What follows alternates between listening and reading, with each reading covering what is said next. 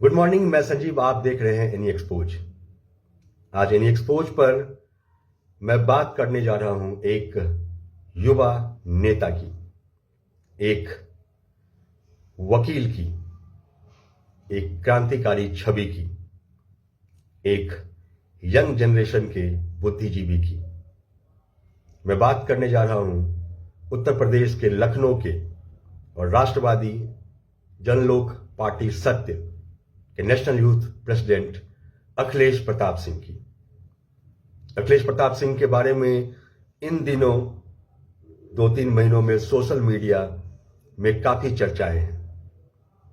उन्हें अरुणाचल विरोधी तक बोला गया है, लेकिन एक राजनेता, एक क्रांतिकारी नेता और एक नौजवान अखिलेश प्रताप सिंह की पूरी कहानी एनी एक्सपोज की जुबानी आप लोगों के सामने में रखता हूं। आप उस पूरे प्रकरण को ध्यान से देखें और अखिलेश प्रताप सिंह जी के बात को भी सुने, क्योंकि यह बहुत जरूरी है डेमोक्रेसी में कि हर इंसान का अपना एक लक्ष्य होता है, और खासकर अगर वो इंसान कोई लीडर बनता है तो उसकी सोच कुछ अलग होती है, क्योंकि वो समाज कल्याण के लिए आगे बढ़ता है।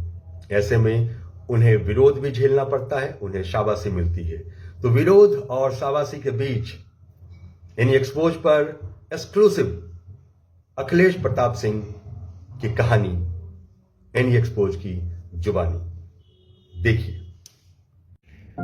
ये है अखिलेश प्रताप सिंह, उत्तर प्रदेश के रहने वाले अखिलेश प्रताप सिंह की भिन्न भिन्न तस्वीरों को आप अपने स्क्रीन पर देख सकते हैं। दरअसल अखिलेश प्रताप सिंह पेशे से एक वकील हैं और लखनऊ हाई कोर्ट में कार्यरत हैं। लेकिन जरा इन तस्वीरों को देखिए। उत्तर प्रदेश के मुख्यमंत्री के साथ इनकी तस्वीर हो या उत्तर प्रदेश के बड़े नेताओं के साथ, समाजवादी पार्टी के अध्यक्ष अखिलेश यादव के साथ इनकी तस्वीर हो, या फिर मंच पर बड़े बड़े सुरमाओं के साथ इनकी तस्वीर। ये तस्वीर ये बयां करती है कि एक नौजवान कितना लोकप्रिय है। दरअसल अखिलेश प्रताप सिंह वकील के साथ साथ राष्ट्रवादी जनलोक पार्टी सत्य के नेशनल यूथ प्रेसिडेंट भी हैं। लेकिन अखिलेश प्रताप सिंह की मोहब्बत और उनका अपनापन देश के बड़े राजनेताओं के साथ है। और कहते हैं कि जब भी देश के किसी हिस्सों में, ना सिर्फ उत्तर प्रदेश में बल्कि किसी अन्य राज्यों में भी कोई कार्यक्रम होता है, तो एक वक्ता के रूप में ये अधिवक्ता अखिलेश प्रताप सिंह को आमंत्रित किया जाता है। नौजवानों के लिए सीख बन चुके अखिलेश प्रताप सिंह का राजनीतिक कैरियर 15 साल से ज्यादा का हो चुका है। यानी आप कह सकते हैं कि किशोरावस्था को पार करने के बाद ही अखिलेश प्रताप सिंह ने अपना राजनीतिक सफर की शुरुआत की और आज एक सफल राजनीतिज्ञ के रूप में ये जाने जाते हैं। जो कोई भी राजनीति में, वो युवा जो राजनीति में अपना कैरियर बनाना चाहते हो, उनके लिए अखिलेश प्रताप सिंह एक सीख हो सकते हैं कि कैसे हिंदुस्तान के भिन्न भिन्न मंचों के लोगों के साथ सामंजस्य बिठाकर आगे बढ़ा जा सकता है। अखिलेश प्रताप सिंह की जीवनी अभी तक ये सीख देती है कि अगर एक सफल राजनेता बनने की सोच आप रखते हैं तो आपको कड़ी मेहनत करनी पड़ेगी। आपको धूप और छांव दोनों को एक जैसा देखना पड़ेगा। हंसती बोलती तस्वीरें अखिलेश प्रताप सिंह की यही बयां करती हैं कि सफलता आपको तभी चूमेगी जब आप उसके लिए सफल लोगों से मिलेंगे और अपनी बुद्धिमत्ता को उनके सामने रखेंगे। जब आप एक राजनीतिज्ञ होते हैं, राजनेता बनते हैं, तो अपेक्षाएं और उपेक्षाएं दोनों साथ साथ आपके चलती हैं और दोनों को सामंजस्य में रखकर अपने राजनीतिक सफर को एक अच्छा अंजाम दिया जाता है। और अखिलेश प्रताप सिंह की कहानी यहीं से शुरू होती है कि उन्होंने अपने राजनीतिक कैरियर में सिर्फ समाज कल्याण को ध्यान में रखा और उन लोगों से हमेशा मिलते रहे जिनकी सोच लोगों की कल्याण करने की है। लेकिन कहते हैं कि जीवन की शैली और जीवन का हर मोड़ एक जैसा नहीं होता, और ऐसा ही भूचाल अखिलेश प्रताप सिंह के जीवन में पिछले कुछ महीनों से चल रहा है, जो कि एक परेशानी का सबब बन चुका है। उनके जीवन में तब एक नया मोड़ आया जब अरुणाचल में भ्रष्टाचार पर गुस्साए कुछ लोग अरुणाचल से दिल्ली तक का पैदल मार्च करते हैं और भिन्न भिन्न राज्यों को होते हुए उत्तर प्रदेश के लखनऊ पहुंचते हैं। और लखनऊ में अखिलेश प्रताप सिंह की जागरूकता एक सामाजिक कार्यकर्ता के रूप में बढ़ती है कि आखिर ये कौन लोग हैं जो कि सरकार के विरोध में आ रहे हैं, उनसे मिला जाए।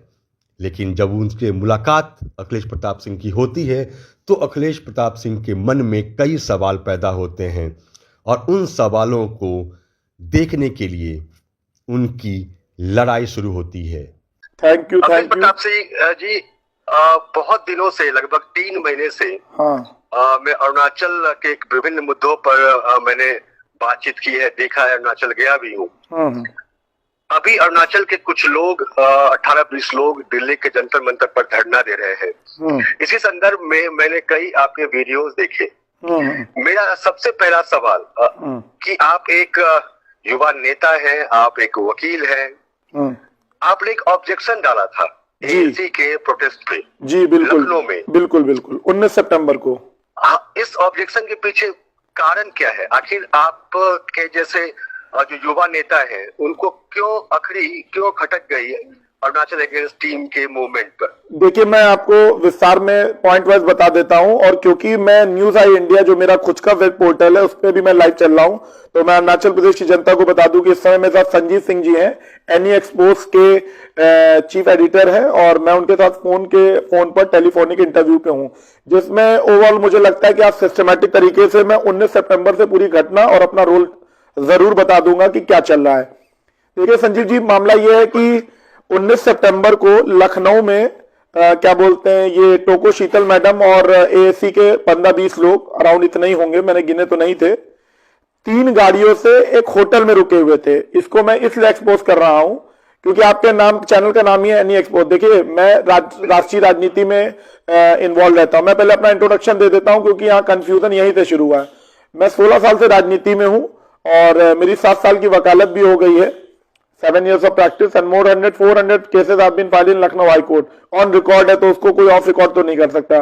उसके बाद क्या है कि सोशल एक्टिविस्ट होने के नाते मैं इससे पहले 10 साल बीजेपी के लिए काम कर चुका हूं, but once I started my career with Sher Singh Rana. शेर सिंह राणा हमारे पार्टी के राष्ट्रीय संयोजक हैं, राष्ट्रवादी जनलोक पार्टी सत्य 2 साल पार्टी को रजिस्टर हुए हो गई है और हम कई राज्यों में काम कर रहे हैं। तो राष्ट्रीय राजनीति में होने की वजह से हमारा क्या है कि हर जगह नॉर्थ ईस्ट भी देश का हिस्सा है, तो वहां की एक्टिविटीज में भी हम लोग कनेक्टेड रहते हैं। एक हमारे लखनऊ में चैनल है न्यूज आई इंडिया, और एक लड़का है अवर टीवी करके एक चैनल था। तो मैंने क्या था कि अमित, जिस न्यूज आई इंडिया पे आजकल मैं बोल रहा हूं, उनके माध्यम से मैंने इन लोगों की खबर देखी क्योंकि वो कुछ दिन पहले चलाई, तो मेरा उसमें इंटरेस्ट जागा। जब इंटरेस्ट जागा तो मैंने इंटरेस्ट जागने के आधार पे उसको थोड़ा फॉलो किया, तो मुझे पता चला कि एसी वाले लोग क्या बोलते हैं, कई किलोमीटर की पैदल यात्रा करने की बात चल रही थी। और ठीक 18 तारीख के रात में अराउंड 11:45 पर अवर टीवी वाला जो बंदा था, कोई आकाश शुक्ला करके जो भी नाम है उसका, उस बंदे ने क्या किया कि वहां पर दिखाया कि वो मुख्यमंत्री के घर के पास बहुत पैदल चल के आए। मैं अब आपको थोड़ा स्पीड में समझाता हूं।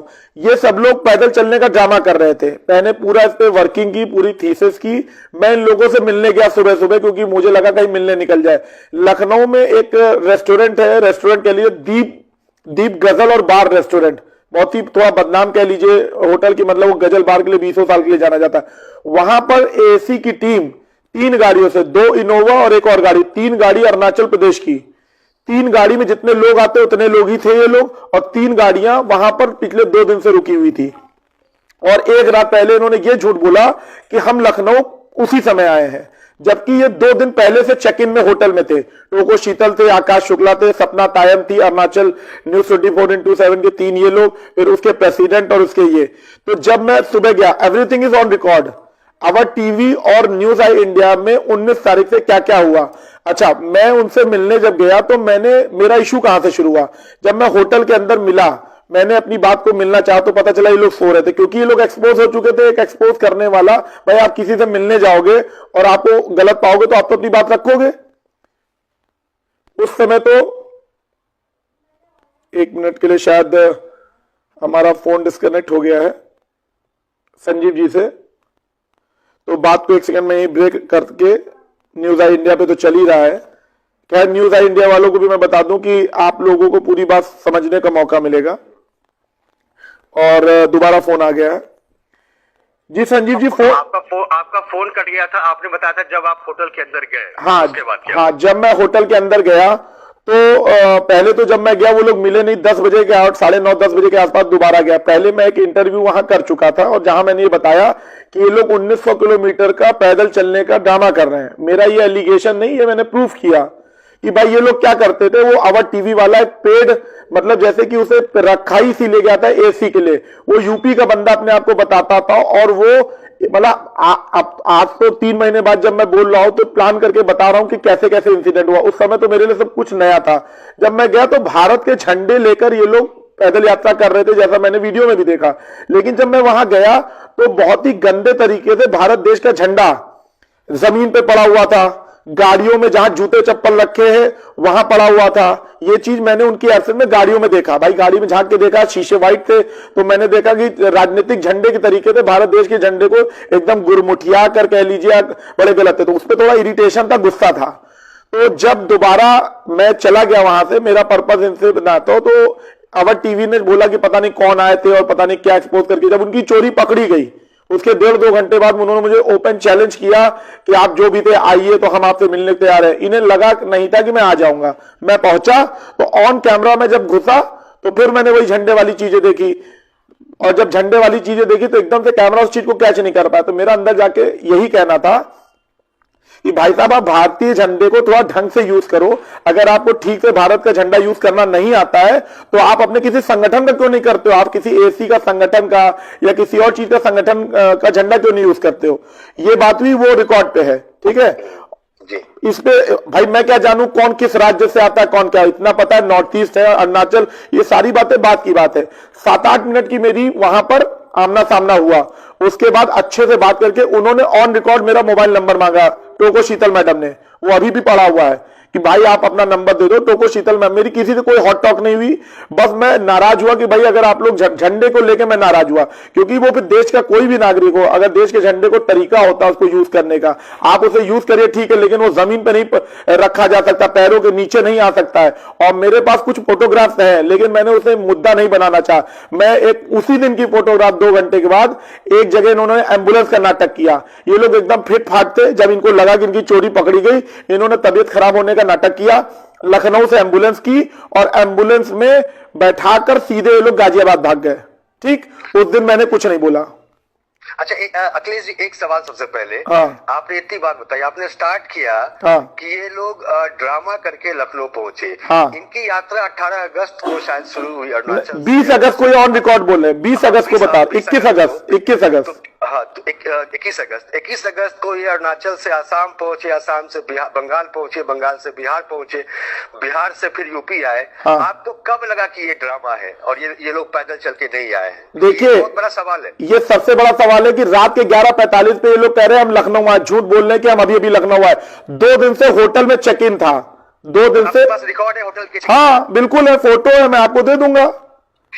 ठीक है, फोटो वो रिकॉर्ड में पड़ा, मैंने उसकी वीडियो बनाई, उसमें सब मिलेगा। होटल के लोगों ने एक्सेप्ट किया है भाई, इनके पहले इनकी चोरी पकड़ी गई, इसीलिए तो अखिलेश प्रताप सिंह बुरे हैं। भाई मैं तो इनसे मिलने गया। अखिलेश प्रताप सिंह का विवाद अरुणाचल अगेंस्ट करप्शन की टीम के साथ दिनों दिन बढ़ता चला गया।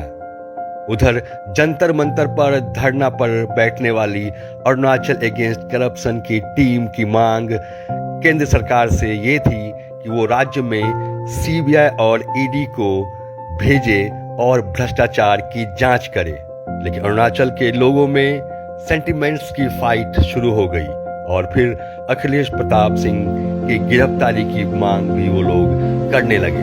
हालांकि अखिलेश प्रताप सिंह ने हर बार अरुणाचल के लोगों को भोली भाली जनता बताया और अपने पक्ष को रखने की कोशिश की। मेरे 2 इंटरव्यू हुए, मैं दिल्ली में दिया और 2 चैनलों को, एक पहला 2। उसके बाद प्रॉब्लम यह है कि भड़काकर, जब भारत एक इतना प्यारा राज्य है, वो देश है, उसमें जितने राज्य सब आपस में भाई हैं, तो ये नफरत की, मेरे पास ऐसे ऐसे सर, मेरे पास ऐसे ऐसे मैसेजेस हैं, मुझे तो आप समझ लीजिए परेशान करने के लिए गाय का मीट और बंदर का मीट काट काट के भेजा जाता है। व्हाट्सएप पे मेरे पास कम से कम 500 नंबरों से इतनी आपत्तिजनक चीजें भेजी गई हैं कि अगर मैं उसको लेकर अरुणाचल प्रदेश में प्रेस कॉन्फ्रेंस करूंगा तो कम से कम जेन्युइनली 200 लोगों के खिलाफ एफआईआर दर्ज होनी चाहिए। और वो सब एक सवाल है अखिलेश जी कि अगर इतनी प्रताड़ना हुई, आप एक वकील हैं, हाँ, आपने इंडिविजुअली कोई मामला क्यों नहीं दर्ज करवाया? देखिए उसका कारण मैं बता दूं, ये लोग राजनीति करके लखनऊ से भाग गए मुझे बदनाम करके।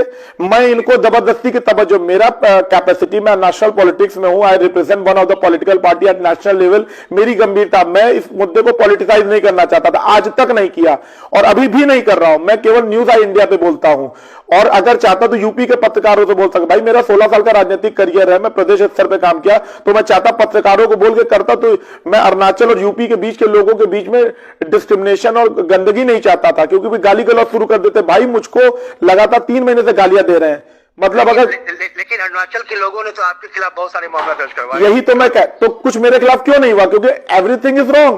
भाई उन्होंने फंडिंग के, आप इतना बड़ा आंदोलन कैसे कर रहे हो? 20 लोगों को पैदल लेके चलने का आप ड्रामा करो। ड्रामा इसलिए है, लोगों ने मुझसे कहा कि आपको क्या मतलब? अरे बिल्कुल मतलब है, पूरे आप बिहार, बंगाल और यूपी में ये ढिंढोरा पीट रहे हो कि हम पैदल चल रहे। आप एक्सेप्ट करो कि माफी मांगो, मैं चुप हो जाऊंगा।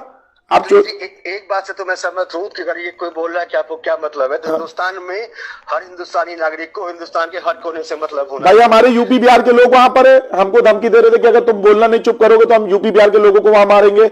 मेरे पास मैसेजेस हैं लोगों के, सर मेरे पास इतना मटेरियल है।